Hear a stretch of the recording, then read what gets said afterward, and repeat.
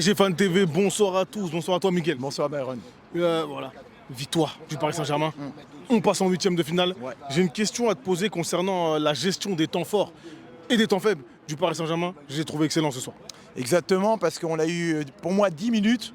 On n'est pas trop rentré dans le match, mais après, même avant le premier but à la 16e minute de Barcola, j'ai trouvé le PSG vraiment très consistant, très fort. Dès que ça attaquait, tu as l'impression que Paris pouvait marquer tout le temps, que ce soit en première mi-temps, en deuxième mi-temps. Pour moi, c'est l'une des meilleures prestations du Paris Saint-Germain cette saison. Il y en a qui vont minimiser, ils vont dire oui, c'est Brest, mais non. Quand on a une équipe, quel que soit le niveau de l'adversaire, il faut jouer de la première à la 90e minute. Et Paris a fait forte impression ce soir. En conférence d'avant-match, Luis Enrique a parlé de ce contre-pressing qui était vraiment ancré dans la tête des joueurs. Qu'en penses-tu? Ah oui, là, ça a été payant parce qu'on a vu que Brest, lors des relances, ils balbutiaient.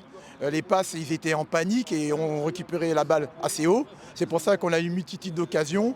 Et le score reflète vraiment bien le contre-pressing. C'est vraiment la force du Paris Saint-Germain. Si Paris arrive à tenir cette cadence au niveau contre-pressing jusqu'à la fin de saison, Paris va avoir de très grands résultats. Je suis persuadé.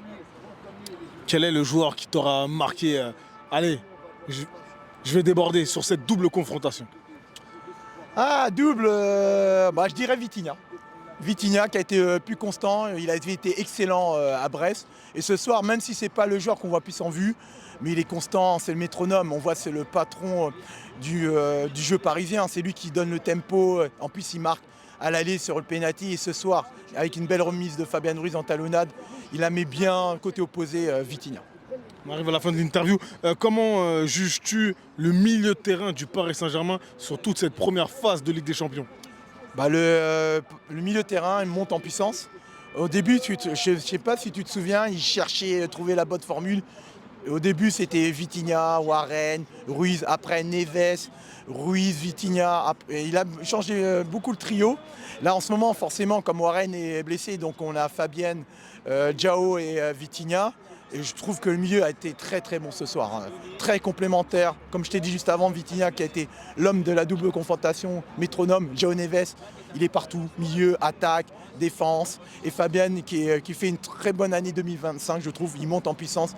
Il a fait 2 passes décisives, il fait beaucoup d'appels dans le dos, même s'il n'a pas concrétisé son match par les 2 tirs trop au-dessus. Mais le milieu, pour moi, c'est un gros point fort ce soir. Merci à toi. Tu voudrais que le Paris Saint-Germain rencontre quelle équipe en huitième de finale de Ligue des Champions? Selon les qualités du Paris Saint-Germain, je pense que Barcelone est l'adversaire le mieux adapté. Parce que Liverpool, ce que je crains, c'est surtout le match retour à Anfield, l'intensité physique et surtout notre principale faiblesse, c'est les coups de pied arrêtés. On l'a vu ce soir que quand même Donnarumma fait un super arrêt en deuxième mi-temps sur la tête de Chardonnay. On ne saute pas, on est trop passif sur cette phase-là. Alors que Barcelone, ils ont des temps faibles défensivement. Surtout si tu joues vite dans le dos comme on le fait si bien avec Barcola, Dembélé et maintenant Kvaratskhelia, on peut leur faire très mal. Merci à toi. Merci à toi.